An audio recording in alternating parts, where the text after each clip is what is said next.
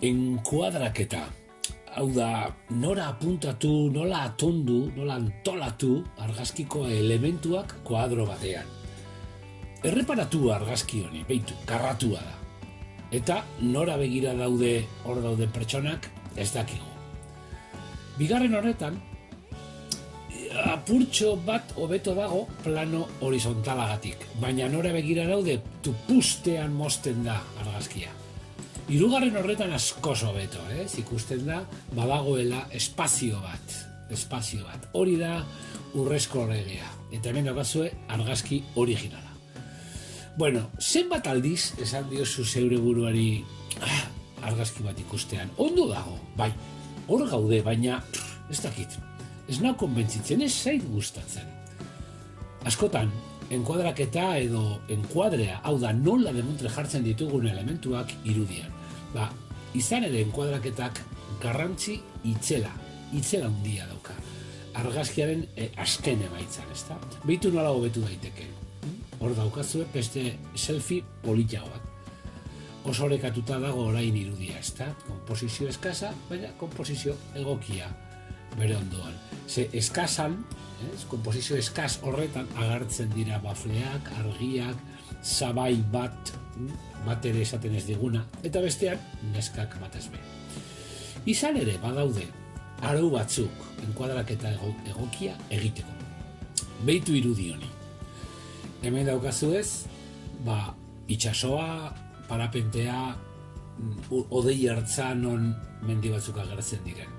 Oso orekatua da. Zergatik, beitu, erregela bat kunplitzen duelako, bi herenak deitzen dena, ezta? Bi herenetan jarri behar ditugu elementuak. Horrela, oreka sensazioa ematen du. Beitu neska, hau nola dagoen begira, irira.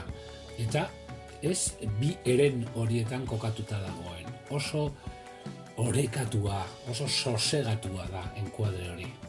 Batzuk deitzen diote enkuadraketa aureoa. Dirudienez, psikearekin zerikusia duena. Birudi horiek oso politak dira, nola dauden enkuadratuta ikusita. Kontua kontu, garrantzitsuena zera da. Nola kokatu argazkian agertuko diren elementuan. Bi ume hau, beitu nola dagoen argazkiaren erdian. Eta eskina batean kokatzen badugu asko zoretu.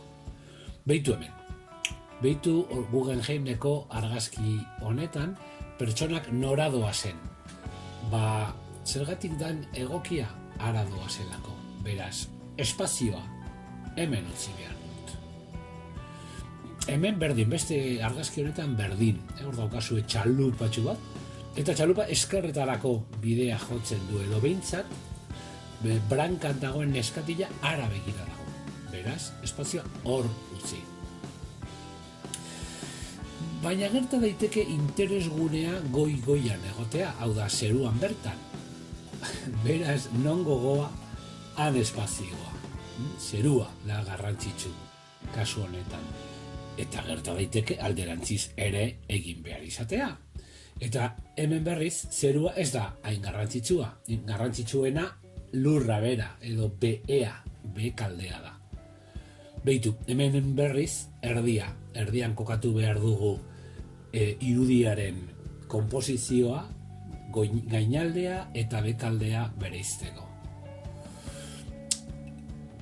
Aholku batzuk, odei hartza mesedez zuzen, bestela honelako produktuak sortzen dira, kontuz. Beraz zuzen elementuak eta ordenan.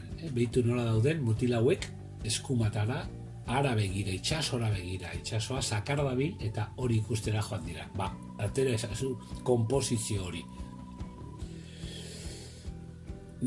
Azkenengoz, importantea den beste kontu bat. 3 planoen erregela. Bere bizikoa da kontzeptu hau. Eta zer da, beitu. Hemen argazki horretan, badaukagu lehenengo plano eta transversala. Gero, bigarren planoan daukagu bai kalatxoria eta baita erreka ere. Bigarren planoa, oso segua, oreka ematen du. Eta amaieran, akabuan, fondoan, badauzkazue garabiak eta Serantes mendian. Urrunean, hori da, 3. planoa. Eta bueno, hori da azaldu nahi edo komentatu nahi dizuena. Badakizue, klik egin baino lehen begiratu bi begiokin. Bi begi ditugu eta klik bakarra. Beraz, pentsa bi aldiz klikatu baino lehen. Mugitu zaitez, mugitu zure atzamarra eta zure kamera, kuadraketa orekatua eta atsegina lortu arte. Ez da zaila, ez?